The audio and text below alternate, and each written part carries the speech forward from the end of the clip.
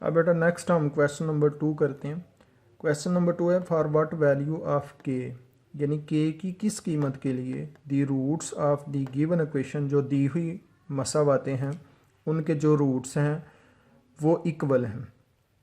अब आप देखो, आपको जब ये क्वेश्चन जो है ना वो पेपर में आएगा तो आपको ये नहीं बताया जाएगा कि ये डिस्क्रिमिनेंट के फार्मूला से सॉल्व होगा। फर्स्ट क्वेश्चन में तो हमें पता चल गया कि नेचर ऑफ रूट्स फाइंड करना है, लेकिन क्वेश्चन नंबर 2 में आप देखो कि नेचर का वर्ड यूज़ नहीं हो रहा।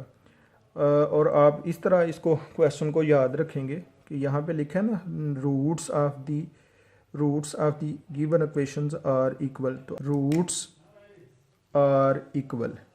तो बेटा रूट्स इक्वल कब होते हैं? रूट्स का इक्वल होना रूट्स की एक नेचर है, रूट्स का रैशनल होना रूट्स की नेचर है, रूट्स का अनइक्वल होना, रूट्स का इर्रेशनल होना रूट्स की नेचर है, रूट्स का रियल होना रूट्स की एक नेचर है।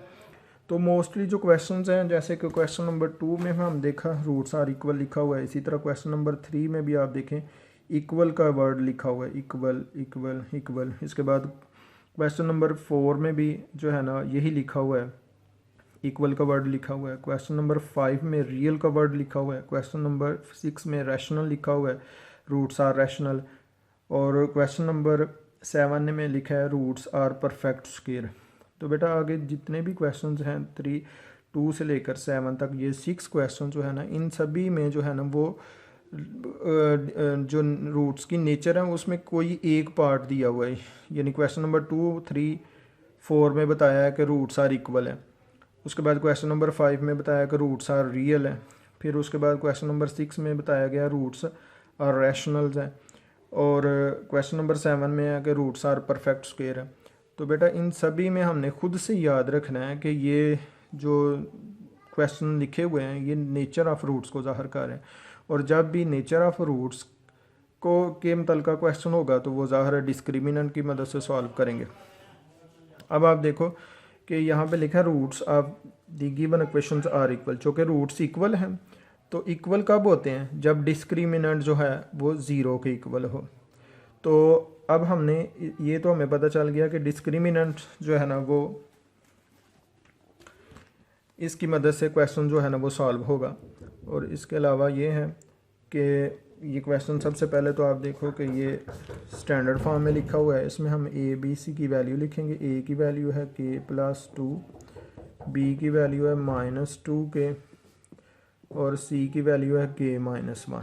अब चूँकि इसमें हमने रूट्स की नेचर फाइंड नहीं करनी, बल्कि नेचर तो हमें पहले ही मालूम है कि रूट्स आर इक्वल है, जबकि हमने इस क्वेश्चन में मालूम करनी है फॉर व्हाट वैल्यू ऑफ के की वैल्यू को फाइंड करना है। इस वजह से हम डिस्क्रिमिनेंट का फार्मूला यूज़ करेंगे, एज लिखेंगे एज रूट्स आर इक्वल, जो कि बेटा रूट्स इक्वल हैं। सो रूट्स कब इक्वल होते हैं? जब डिस्क्रिमिनेंट जो है वो ज़ीरो के इक्वल हो। इसका मतलब है b² - 4ac इक्वल होगा ज़ीरो के, और b की वैल्यू जो है ना वो -2k है। वैल्यूज़ ऐड करते हैं इसमें फार्मूला में, -4, a की वैल्यू है k+2, c की वैल्यू है k-1 इक्वल टू 0।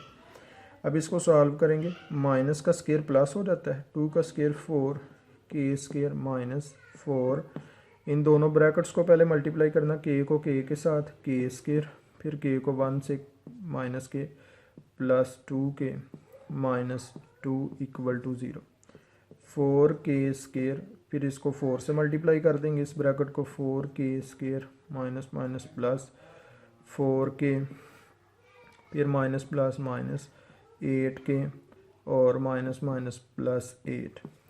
तो आप देखो कि इसमें 4k² और 4k² कैंसिल हो रहा है, 4k - 8k - 4k +8 equal to 0, चूँकि k की वैल्यू फाइंड करनी है।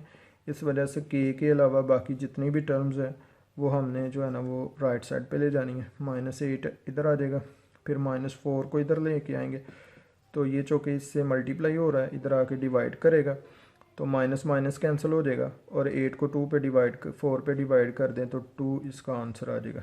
इस तरीके से k की वैल्यू जो है ना ये फाइंड हो जाएगी।